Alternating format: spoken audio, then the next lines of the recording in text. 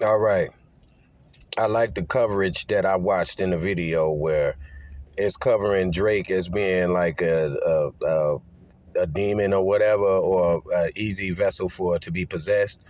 And if you look at the word Drake, it is short for Draco, which we all knew. When I first seen Drake come out and he came under the guise for Drake, and then he had like this, he just had this look on his face, and they showed him, they said Drake, and I was like, this was 2010 when I saw this. And I was like, man, this shit is like Draco, like the star constellation Draco. And this motherfucker finna get famous as hell. I said, watch, just by him using the word Drake, it's going to energy around that. He finna be famous as hell. And I bet you it's going to be some shit behind it. And I didn't say nothing else after that. Well, if you look at it, I'm glad that other people like Jay Marvelous covered it because I've been on this shit. This is the shit that I've been talking about for the longest time. And what I'm trying to say is that Drake and Birdman and what you call that nigga Jay Prince and them, they all part of this old crazy shit.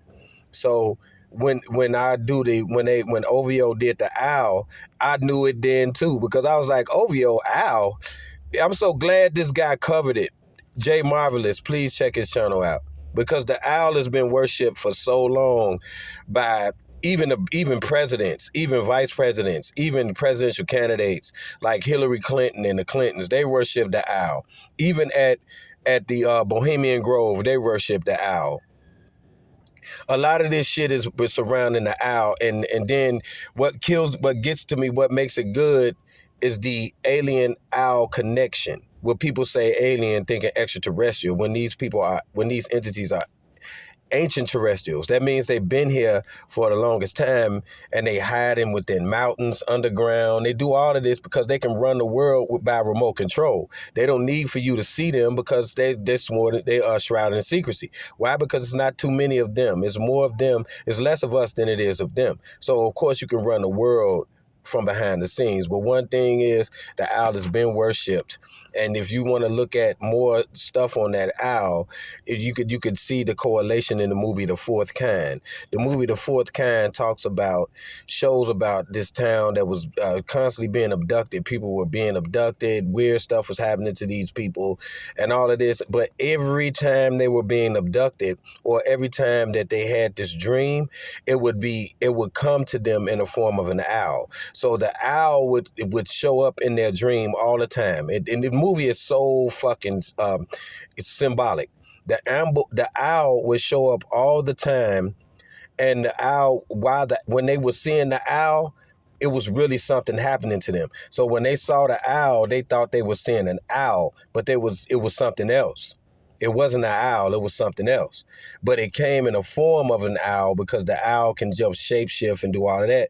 That's why they have Lilith and Minerva and all these different goddesses that can shapeshift and do all things and turn to owls and all this other stuff.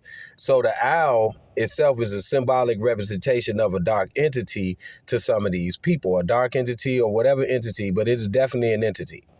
So when you see the movie The Fourth Kind, is touching on the owl, but it also touches on the alien. So it touches on abduction and the fact that this place, we think these entities are coming from other planets and all of that, but they're coming from this place here. This plane is a huge plane we live on. They live in different pockets of this plane that we haven't been to, so they can exist somewhere else and we don't know because we haven't been there. We're not privy to that. We are being locked away from seeing what we should see. So we can't travel anywhere, can't go everywhere we want to go to see and know anything. So these entities are coming from these locations, not coming from those planets. If you looked at any star in the sky under a telescope, you will see that it's look more like a live entity. It looks like those stars in the sky are more like gods or entities, more so than a burning piece of fire when you look through a telescope.